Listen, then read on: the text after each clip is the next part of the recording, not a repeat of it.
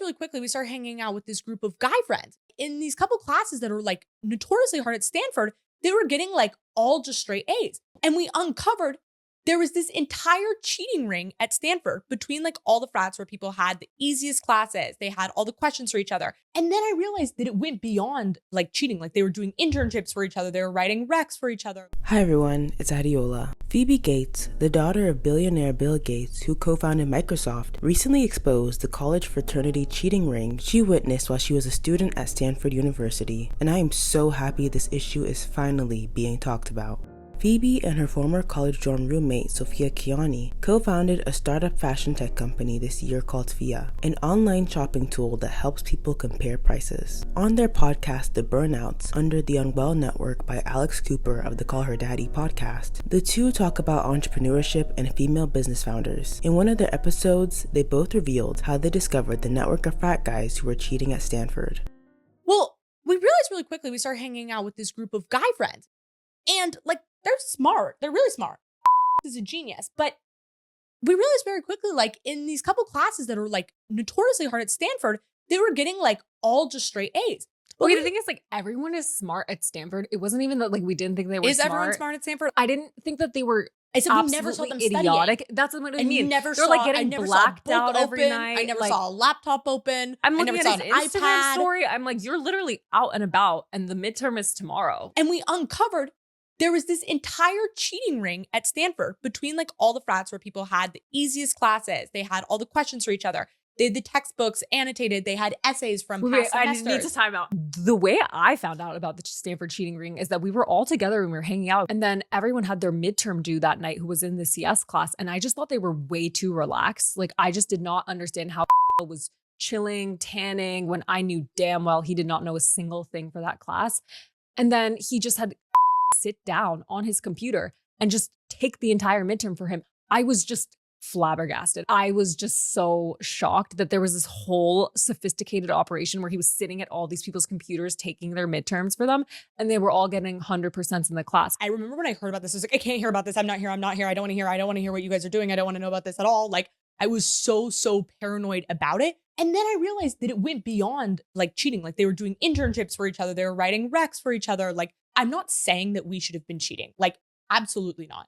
But what I am saying is, like, I do wish that there was, not to that degree, but some sort of a collaborative sense of like, let's work together on things. Because I feel like I went into Stanford with this like single mentality of like, I'm going to succeed. Everyone else here is my competition. Like, I remember even seeing when I first saw you, I was like, because I felt like, frankly, competitive against you. Like, I felt like you were a threat to my ego. And I feel like in society, we do that to a lot of women where it's like, this person is like, you know, a threat to you versus men.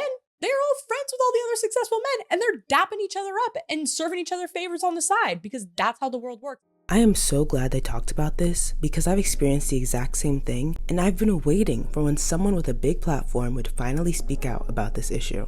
For privacy and safety concerns, I will not name my exact school, but I will tell you it's amongst the top 20 universities in the United States, which includes the Ivy League and other colleges like MIT and Johns Hopkins. I took classes that peers had told me were so easy, yet I was struggling in them. I would ask myself, how are these kids breezing through these classes like it's nothing?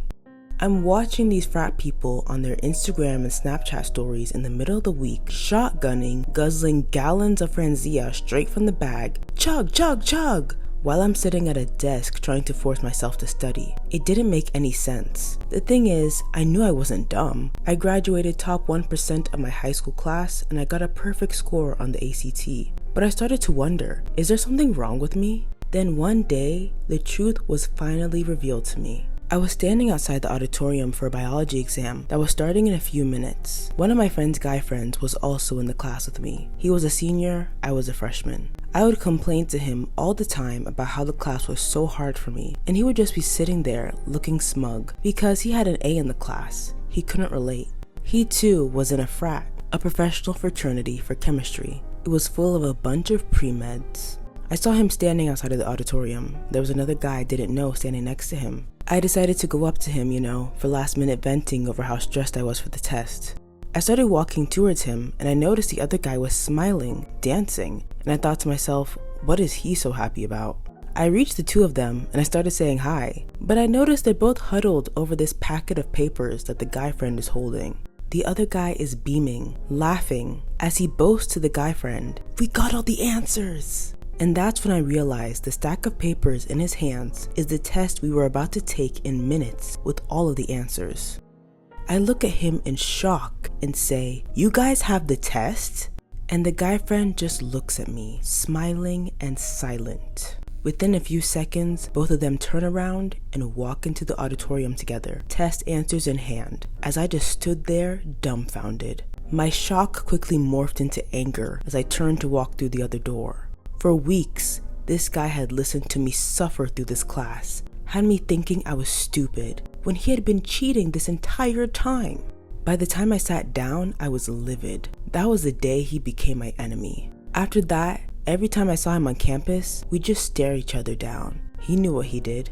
For anyone who is unfamiliar with the Greek life system at American universities, these are exclusive social organizations that people apply to join, almost like clubs. Fraternities are usually for the guys, sororities are for the girls. During the recruitment process called Rush, people present themselves to these fraternities and sororities, and students within these organizations select who they're willing to admit.